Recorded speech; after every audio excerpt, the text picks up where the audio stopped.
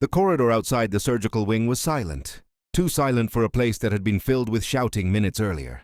General Aaron Whitlock, the nation's youngest four-star general, stood frozen, his uniform stiff with medals that suddenly meant nothing. Behind the glass, his 12-year-old daughter, Lily, lay unconscious, pale as paper, fighting for breaths that kept slipping away. 22 doctors had tried. 22 specialists from across the country had shaken their heads, one after another, murmuring the same hopeless sentence. "We can't save her." Aaron kept replaying their words. He'd led battalions through deserts and jungles, negotiated ceasefires in rooms filled with hostility, faced gunfire and political firestorms. But nothing had ever brought him to his knees like watching his little girl's vitals flicker. He pressed his palms to his eyes and exhaled a tremor. That was when he heard the soft scuff of shoes, too light to belong to a doctor. He turned. A janitor stood there, holding a mop and bucket. His name tag crooked, Eli Turner, mid-30s, tired eyes, the kind of man who blended into the background so well most people never learned his name. "I'm sorry, sir," Eli said, stepping back. "Didn't mean to intrude." Aaron nodded absently, but something in Eli's voice, gentle, steady, made him pause. "You've been here all night," Eli continued quietly. "Every time I'm on this floor."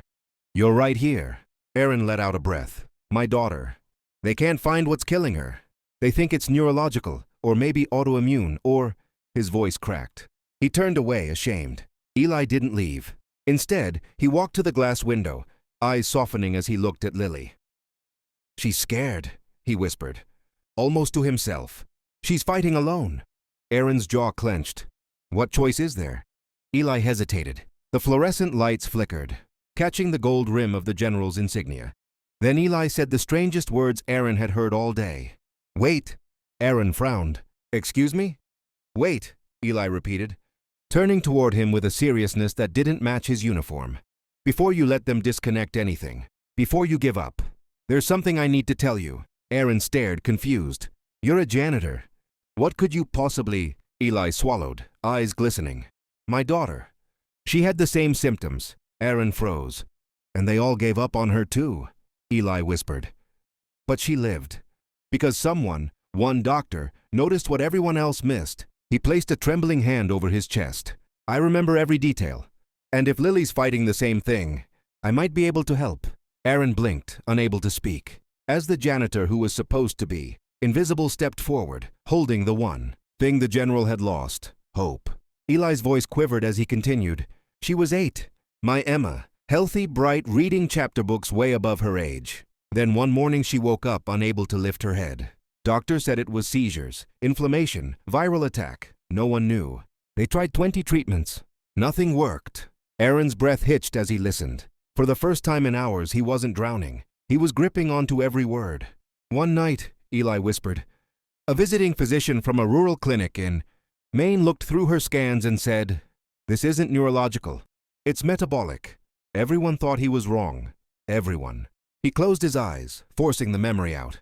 But he wasn't. Emma had an ultra-rare metabolic crash, triggered by a vitamin transport defect. 1 in millions. The cure wasn't surgery. It wasn't machines. It was a precisely balanced infusion cocktail that let her body stabilize.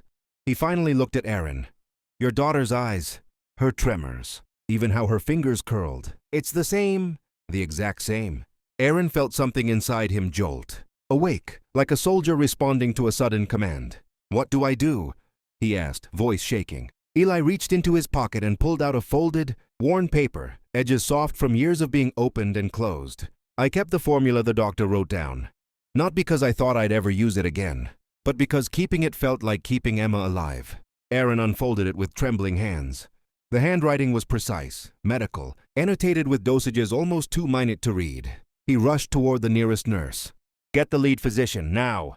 Within minutes, the ICU filled with doctors who had earlier accepted defeat. They cross-checked the formula, ran blood tests, recalculated metabolic profiles, and suddenly, their eyes widened with shock. "This matches her markers," one whispered. This could work." For the first time since Lily collapsed, hope flooded the room. They administered the infusion. 2 hours passed. Then 3. Aaron didn't move from Lily's bedside. Eli sat silently in the corner, head bowed, praying without words. At dawn, the heart monitor beeped stronger. Lily's eyelashes fluttered. Her fingers twitched. Then she whispered, barely audible, "Daddy?" Aaron broke. Not as a general, not as a leader, but as a father who had almost lost everything. He grabbed her hand and sobbed into it. Behind him, a nurse touched Eli's shoulder. "Sir, you saved her." Eli shook his head, tears falling. "No, a doctor saved my daughter years ago. I just passed the miracle forward." Aaron stood, walked to him, and pulled him into a fierce embrace. "From today," the general whispered, "you're not invisible. You're family."